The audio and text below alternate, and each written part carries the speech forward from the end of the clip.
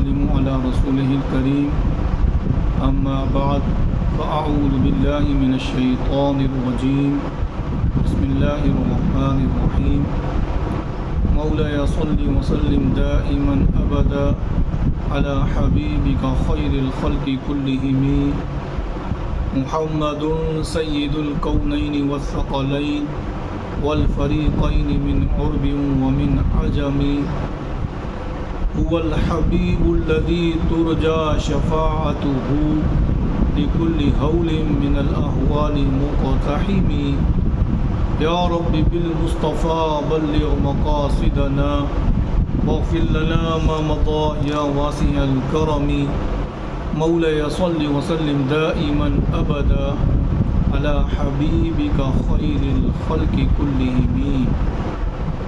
سچا ہے اللہ عز و جل جو ساری کائنات کا خالق و مالک ہے. سچے ہیں اس کے تمام انبیاء اور اس کی تمام کتابیں اور اس کے تمام وعدے سچے ہیں اور ہم اس پر گواہ ہیں.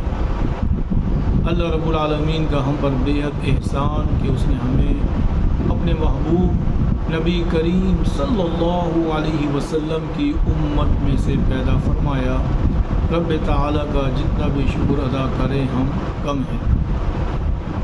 سامعین حضرات، روزے کے مسائل بیان کیے جا رہے تھے. کل مختلف مسائل بیان کیے تھے. انہیلر کا استعمال کرنا جائز ہے یا نہیں. اسی طرح سحری میں اذان شروع ہونے کے بعد کھانا یا پینا، اس کے حوالے سے بات ہوئی تھی اور مختلف مسائل میں نے آپ کے سامنے بیان کیے تھے. اسی طرح حضرات محترم، روزے کی حالت میں سر پر مہندی لگانا اور خوشبو لگانا کیسا ہے؟ تو روزے کی حالت میں سر پر مہندی لگا سکتے ہیں، اسی طرح خوشبو بھی لگا سکتے ہیں کپڑوں پر. اس سے روزے پر کوئی اثر نہیں پڑتا. اسی طرح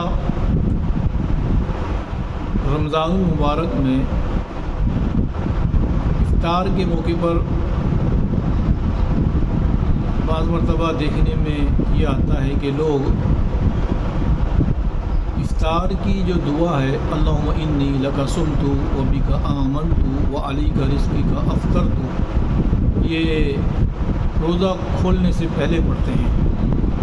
تو اس کا صحیح طریقہ کیا ہے؟ اس کو کب پڑھا جائے؟ حضرت عبداللہ بن عمر رضی اللہ تعالیٰ عنہ روایت کرتے ہیں کہ نبی کریم صلی اللہ علیہ وسلم نے جب روزہ کھول لیتے تو فرماتے پیاس چلی گئی اور رگیں تر ہو گئیں اور انشاءاللہ اجر ثابت ہو گیا ہے. مشکات بحوالہ ابو داؤد. اور دوسری حدیث مبارکہ میں ہے حضرت معاذ بن زہرہ رضی اللہ تعالیٰ عنہ کہتے ہیں کہ نبی کریم صلی اللہ علیہ وسلم جب افطار فرما لیتے تو یہ دعا پڑھتے اللہم لک صمت وعلی رزقک افطرت، اے اللہ میں نے تیری رضا کے لیے روزہ رکھا اور تیرے ہی عطا کردہ پر افطار کیا. حدیث مبارکہ کے الفاظ دوستو واضح ہیں کہ افطار سے فراغت کے بعد نبی کریم صلی اللہ علیہ وسلم اظہار بندگی اور تشکر نعمت باری تعالیٰ کے لیے دعا فرماتے ہیں اور افطار کے بعد یہ دعا مانگتے تھے. اس سے واضح ہوا کہ یہ دعا جو ہے افطار کر لینے کے بعد پڑھنی چاہیے، نہ کہ پہلے پڑھی جائے. اسی طرح روزے کی حالت میں خواتین کا میک اپ کرنا، لپسٹک لگانا کیسا ہے؟ دیکھیں جی، میک اپ کرنا اور خاص کر لپسٹک مفسد صوم نہیں ہے. لیکن اگر ہونٹوں پر کسی خاتون کی زبان پھیرنے کی عادت ہو تو ایسا کرنے سے لپسٹک کے جو ذرات ہیں وہ پیٹ میں چلے جائیں گے، تو اس طرح روزہ ٹوٹ جائے گا۔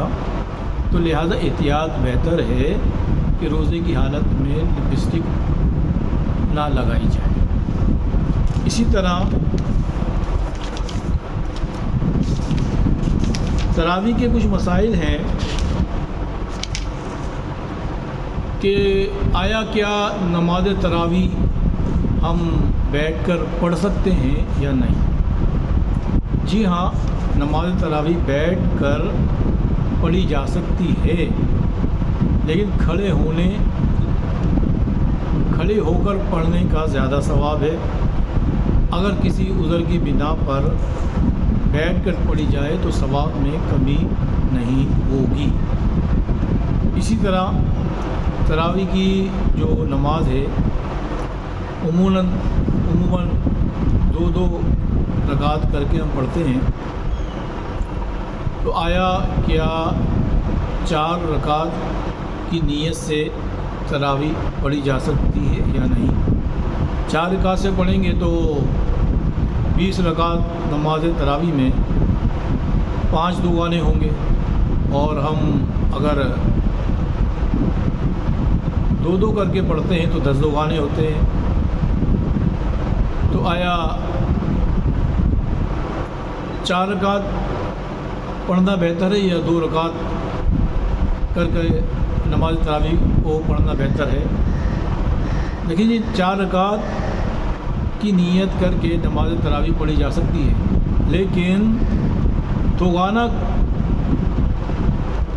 کر کے پڑھنے کا زیادہ ثواب ہے۔ 2 کر کے پڑھیں گے، اس کا زیادہ ثواب ہے بنسبت 4 کے۔ اسی طرح امام کے پیچھے پڑھ رہے ہیں تو یا ویسے بھی اگر تنہا پڑھ رہے ہیں تو ایک ہی نیت بھی کافی ہو سکتی ہے۔ شروع میں یہ نیت کر لی جائے کہ میں نے 20 رکعت نماز تراویح کی 10 دوغانی کی نیت سے، واسطے اللہ تعالیٰ کے منہ پہ رکھا ہوا شریف کی طرف۔ اگر یہ شروع میں ہی تراویح کے اندر نیت کر لی جائے تو ایک ہی نیت کافی ہوگی۔ اگر جس دن سجدہ آ رہا ہو تو اس دن سجدے کا بھی کہہ دیا جائے کہ نیت کی میں نے 20 رکعت نماز تراویح 10 دوغانی کی نیت سے مع زائد ایک سجدے کے، واسطے اللہ تعالیٰ کے منہ میں رکعہ شریف کی طرف پیچھے سے امام کے، تو اس طرح ایک ہی نیت کافی ہوگی، بار بار نیت کرنے کی ضرورت نہیں ہے۔ اسی طرح رمضان المبارک میں مساجد کے اندر خواتین بھی نماز تراویح کے لیے آتی ہیں، تو بعض مرتبہ ہم نے یہ سنا ہے کہ اگر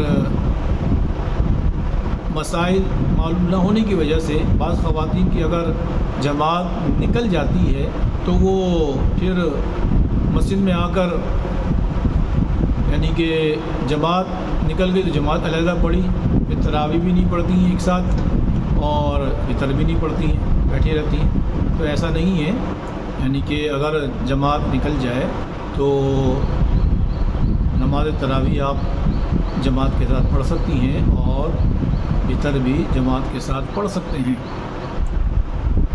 اسی طرح خواتین کو مسائل معلوم نہیں ہوتے، اور وہ یعنی کہ اگر کسی کی 2 رکعت نماز فرض نکل جائے تو آگے ان کو طریقہ نہیں آتا کہ آگے 2 رکعت کس طرح پڑھنے ہیں، تو یاد رکھیں کہ اس میں یہ ہے کہ اگر کسی کے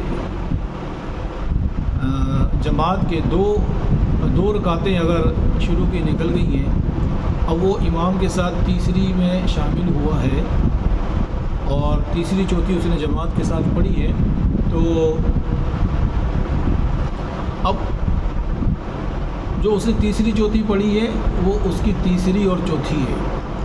اب 2 جو اس کی شروع کی نکلی ہیں، بعد میں جب وہ اپنی بقیہ پڑھیں گے تو پہلی اور دوسری پڑھیں گے، اس طرح فرض مکمل ہو جائیں گے۔ تو خواتین کو یہ مسائل معلوم ہونے چاہیے، اگر وہ سن رہی ہوں تو ان کو یہ غور سے سنیں کہ اگر 2 رکعت نماز نکل گئی ہے، تیسری چوتھی میں شامل ہوئے ہیں یا چوتھی میں شامل ہوئی ہیں، تو پہلے ترتیب لوٹ کر آئے گی، پہلے پہلی پڑھی، پھر دوسری پڑھی، پھر تیسری پڑھی، چوتھی آپ پڑھ چکی ہیں، اس طرح نماز ہو جائے گی۔ اسی طرح آج کل یہ عام رواج ہے کہ لوگ 5 روزہ، 8 روزہ، 12 روزہ، 15 روزہ نماز تراویح گھروں میں، پارکس میں، بلڈنگز کے انڈر گراؤنڈ میں پڑھتے ہیں۔ تو آیا پھر وہ یعنی کہ نماز تراویح نہیں پڑھتے تو ان کا یہ عمل جائز ہے یا ناجائز؟ دیکھیے جی، پارک میں پڑھنا، گھروں میں پڑھنا، 10 روزہ، 5 روزہ، 12 روزہ، 15 روزہ، اس میں شرعاً کوئی بات نہیں ہے۔ البتہ بیرون مسجد، پارکس، مکانات وغیرہ میں جو جماعت کا اہتمام ہوتا ہے، اس میں نماز با جماعت تو یقیناً ادا ہوگی، لیکن مسجد کا ثواب نہیں ملے گا۔ جو مسجد کا ثواب ہے وہ نہیں ملے گا۔ نماز با جماعت تو ہو جائے گی، نماز تراویح بھی ہو جائے گی، نماز وتر بھی ہو جائے گی۔ اور اگر 5 روزہ یا 10 روزہ یا 15 روزہ تراویح و ختم قرآن سے لوگ یہ سمجھ لیں کہ بس ایک قرآن ختم ہو گیا، اب تراویح سے بھی جان چھوٹ گئی، تراویح سے بھی فارغ ہو گئے، تو یہ طرز عمل، یہ سوچ بالکل غلط ہے۔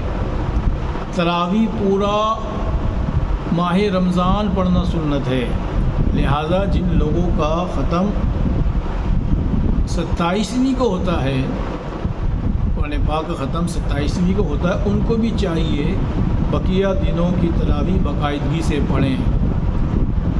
جب 27 تاریخ کو جو فارغ ہوتے ہیں ان کو بھی چھوٹ نہیں ہے کہ وہ 3 دن تراویح نہ پڑھیں، 2 دن نہ پڑھیں، ان کو بھی پڑھنی ہے۔ کہ جائے گا کہ جو 10 دن میں فارغ ہو جائیں، 5 دن میں فارغ ہو جائیں، 15 دن میں فارغ ہو جائیں، تو ان کو تو پڑھنا ہی پڑھنا ہے، تمام کو پڑھنا ہے۔ اسی طرح